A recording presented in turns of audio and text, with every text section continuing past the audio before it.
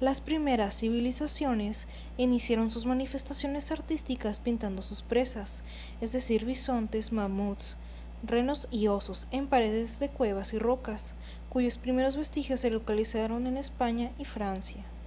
Utilizaron colores como rojo y negro, sacados de los óxidos y el carbón. Los primeros descubrimientos con estas manifestaciones se localizan en España y Francia en el siglo XIX. También se descubrió que hay varias perspectivas y que hay animales sobreexpuestos.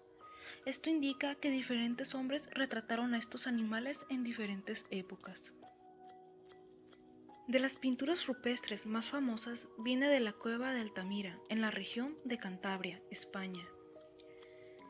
Esta cueva de 25.000 años fue descubierta en 1879. Fue un descubrimiento que abrió una nueva etapa para nuestros conocimientos sobre la prehistoria. También se le conoce como la Capilla Sixtina del arte cuaternario. Una de las salas más conocidas es la Sala de los Bisontes, donde se encuentran plasmados animales de esa especie, en diferentes posturas, con movimiento, pero sin ningún horizonte específico.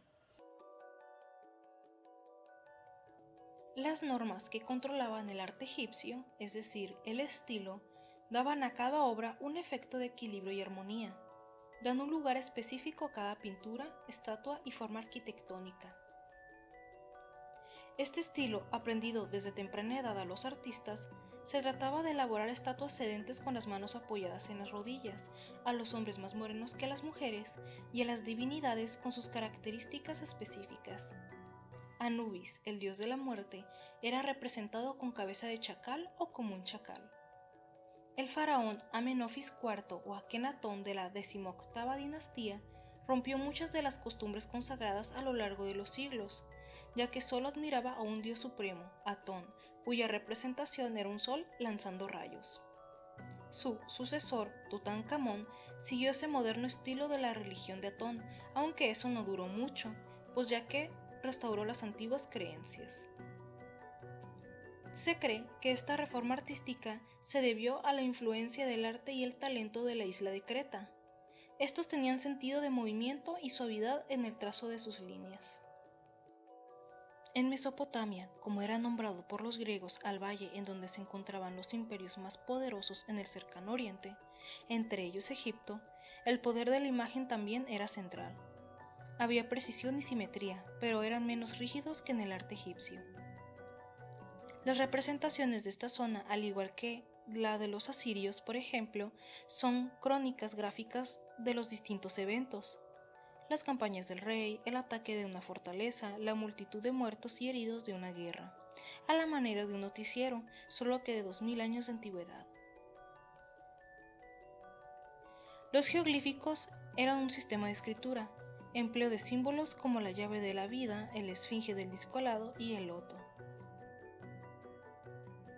Artes menores. El arte era implícito en cada trabajo que se realizaba.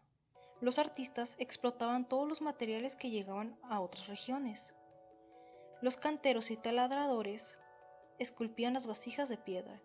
Los carpinteros fabricaban los muebles.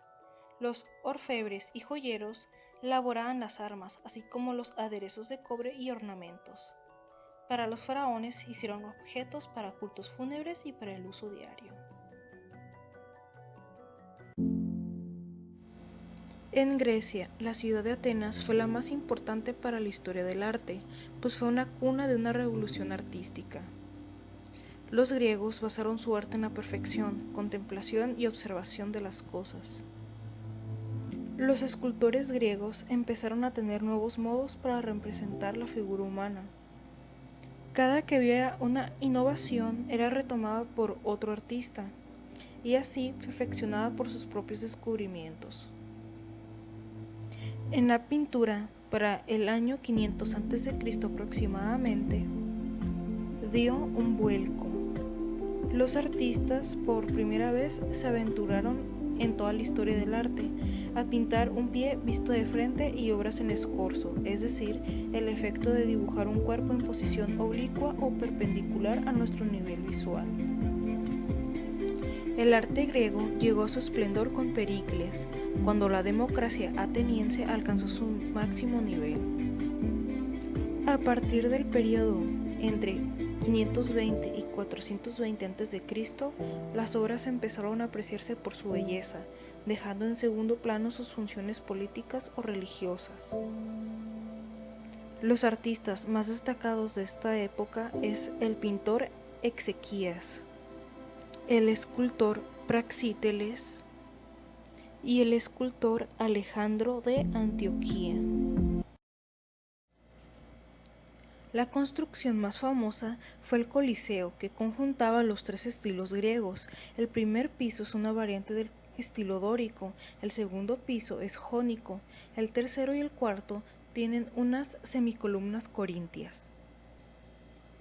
Los romanos se convirtieron en grandes expertos en el arte de abovedar en virtud de todos los recursos técnicos que empezaron a dominar. La bóveda es un elemento constructivo que sirve para cubrir el espacio comprendido entre dos muros o una serie de pilares alineados. El panteón o templo de los dioses es un claro ejemplo del uso de bóvedas y es el único templo de la antigüedad clásica que sigue siendo lugar de adoración. Los romanos tomaron de los griegos lo que más les servía para aplicarlo a sus propias necesidades. La diferencia entre el arte griego con el arte romano es que las obras romanas tienen mayor verosimilitud y eran menos halagadoras que los trabajos de los griegos. Por ejemplo, los retratos o bustos fueron hechos para que los emperadores Pompeyo, Augusto, Tito, Nerón y Vespasiano fueran contemplados con solemnidad por el pueblo. Tanto romanos y griegos representaron a sus héroes y dioses de forma bella. Uno de los artistas más destacados de esta época fue Pasíteles, un escultor. Para el año 311 después de Cristo, se proclamó la religión cristiana como la oficial del Estado por el emperador Constantino, confiriéndole el mayor poder del reino. Fue una época en la que se replanteó qué imágenes deberían ser utilizadas en la religión.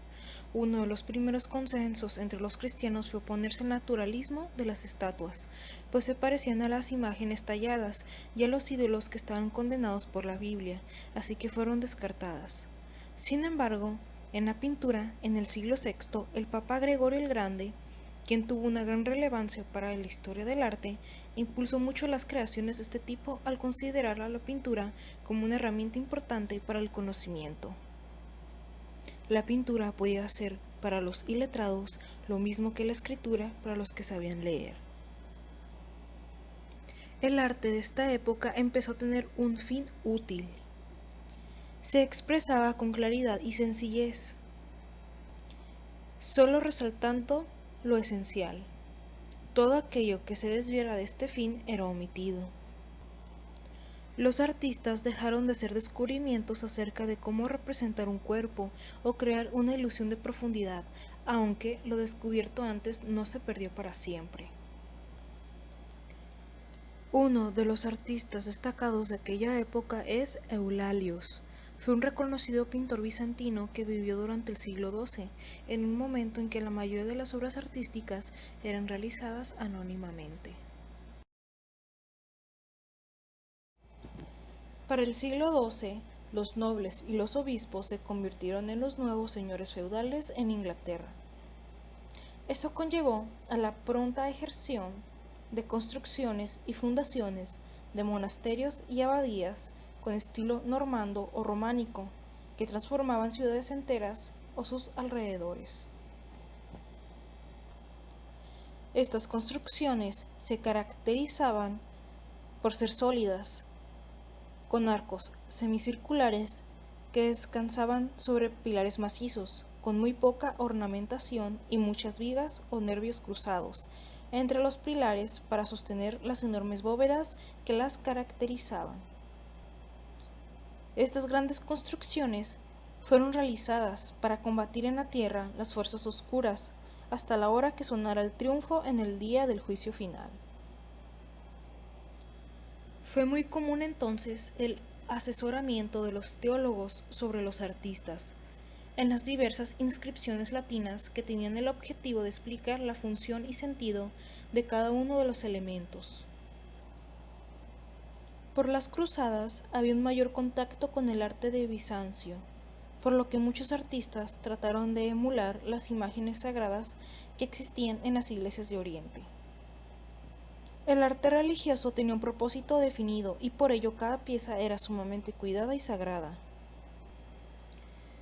Uno de los artistas destacados de aquella época es Alberto Sotio, de nacionalidad italiana, quien hacía pintura religiosa.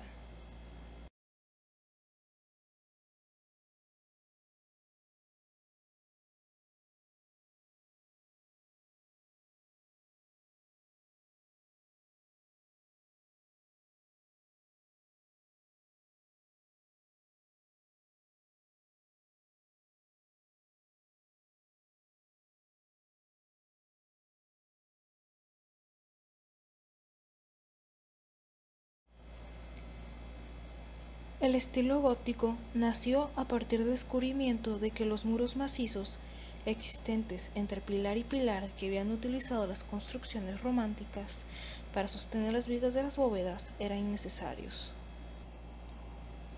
A diferencia de las imponentes iglesias antiguas que ofrecían protección contra los ataques del mal, las nuevas catedrales proporcionaban a los creyentes un reflejo del otro mundo, de las glorias que tendría el cielo, a través de un ambiente más cálido donde los pilares, las tracerías en oro, los nervios y vidrios llenos de color eran tan hermosos que el conjunto era digno de contemplación total. Después del 1200, muchas y magníficas catedrales surgieron en Francia, Inglaterra, España y Alemania. En ellas había esculturas con más expresión y vida en donde se representaba el dolor, pero también la serenidad y bienaventuranza. Esta representación de lo emotivo